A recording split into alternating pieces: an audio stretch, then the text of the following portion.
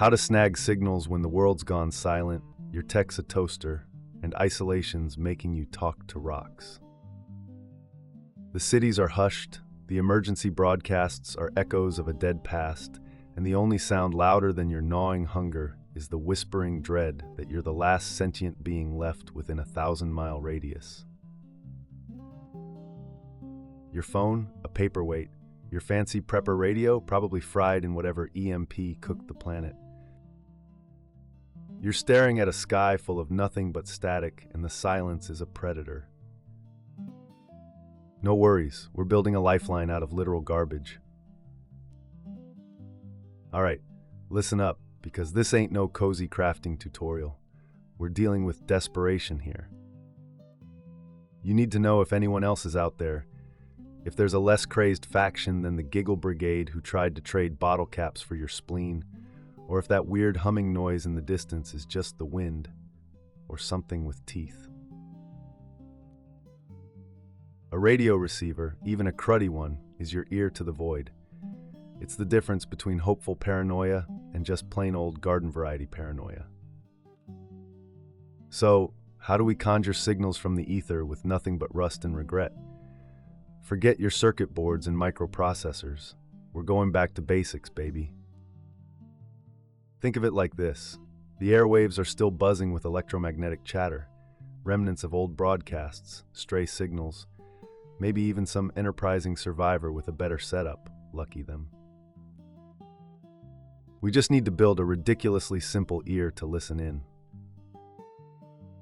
Method 1. The crystal set antique tech for the modern apocalypse, relatively speaking. First, you need an antenna. Anything conductive and longish will do. Think scavenged wire, copper's your VIP here if you can find it. Check inside gutted electronics or old car wiring. A length of chain link fence, even a wet piece of rope with some metal bits tied to it. Desperate times, remember? Get it as high up as you can. String it between two sturdy points, a skeletal tree, a collapsed overpass, that surprisingly intact garden gnome collection your neighbor had, no judgment. The higher, the better the chance of snaring those faint whispers. Now the crystal. Don't go looking for fancy geodes. We're talking about a semiconductor junction, something that can act like a one-way valve for the radio waves. Back in the day, they used actual crystals like galena. Now, well, you're going to get creative. Sometimes a rusty razor blade lightly touching a piece of graphite from a pencil lead, remember those, can do the trick.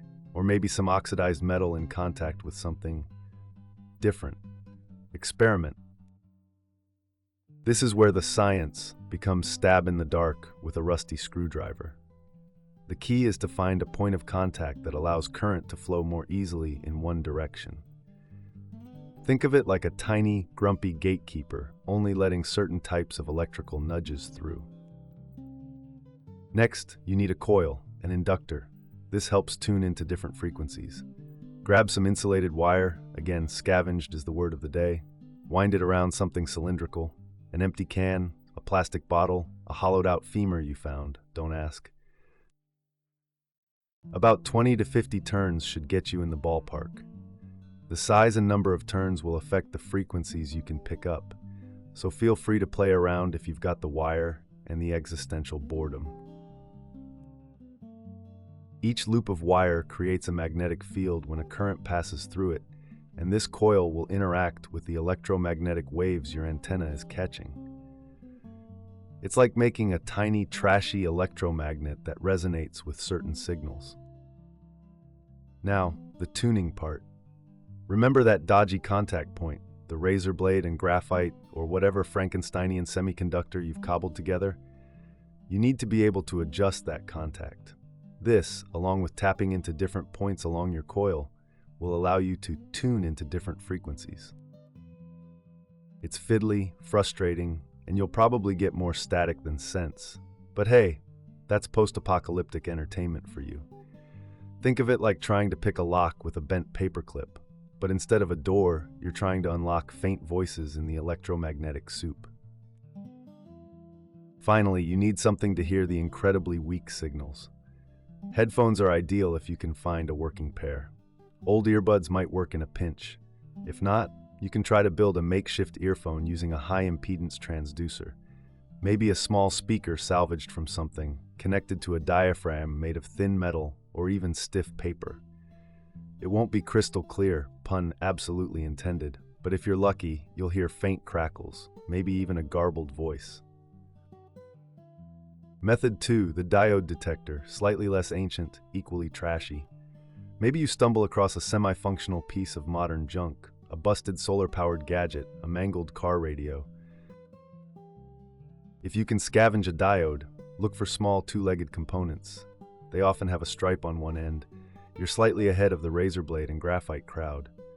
A diode is a more reliable one-way electrical gatekeeper. Solder it if you have the means, think melted scrap metal and ingenuity, or even just firmly twist wires together.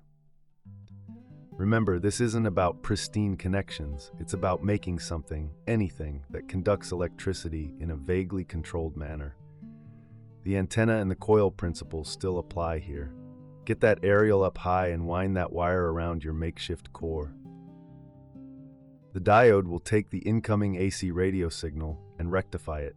Basically, it chops off half the wave, turning it into a pulsating DC signal that your headphones or makeshift earpiece can, theoretically, interpret as sound. It's like turning a wobbly seesaw into a series of pushes in one direction. You'll still need a way to tune the receiver. Again, tapping into different points on your coil and perhaps incorporating a variable capacitor if you're ridiculously lucky. Salvaged from old radios. They usually have a knob you can turn, and multiple metal plates inside will help you sweep through the frequencies. If you don't have a variable capacitor, you're back to the crude method of adjusting the coil's physical properties. Stretching or compressing the winding slightly can alter its inductance and thus the tuning. The sound of something? It's imprecise and annoying, but in a world where precision tools are museum pieces, annoyance is a luxury. If you've managed to cobble any of this together, and by some miracle the cosmos decides to throw you a bone, you might hear something. Static, mostly. A constant hiss and crackle that'll make you question your sanity even more than usual. But within that noise, listen closely. You might hear faint voices, a rhythmic beeping, the ghost of a long-lost broadcast. It won't be HD audio. It'll sound like someone whispering from the bottom of a well through a mouthful of gravel. But it's something. It's a sign that maybe, just maybe, you're not screaming into the void after all. Science, the bare minimum you need to not feel like a complete moron. So what's actually happening here? Radio waves are electromagnetic radiation. They travel through the air and apparently the post-apocalyptic ether at the speed of light. Your antenna acts like a net, catching these tiny fluctuations in the electromagnetic field. The coil inductor and your tuning mechanism, dodgy crystal contact or diode and maybe a capacitor, form a resonant circuit. Think of it like a tuning fork. It vibrates most strongly at a specific frequency.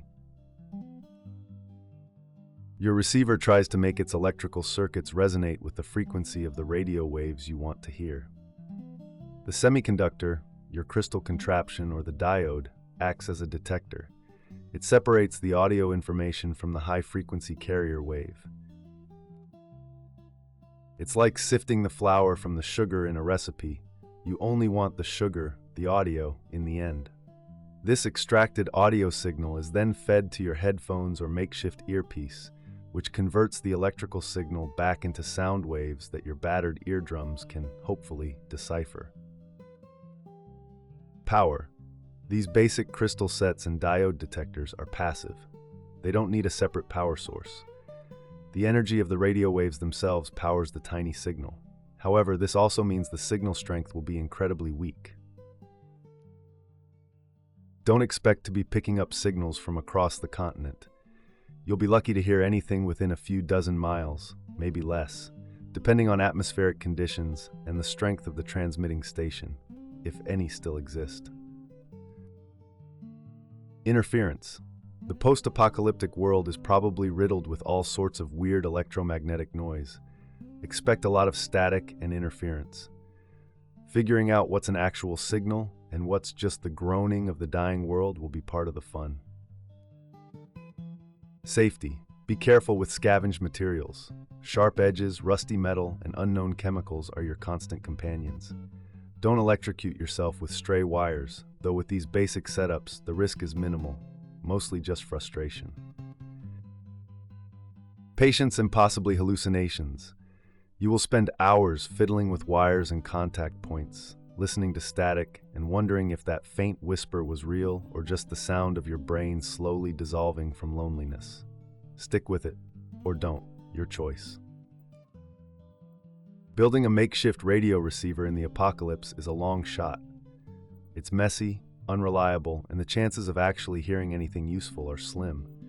But in a world where information is the ultimate survival tool, even the faintest crackle of a distant voice is worth the effort. It's a reminder that even in the silence, there might be someone else out there listening to the same static, hoping for a signal. Or maybe not. Either way, you've built something out of nothing but junk and a desperate hope. And in this world, that's a victory in itself. Now get tinkering and try not to go completely mad while you're at it. The rocks are terrible listeners.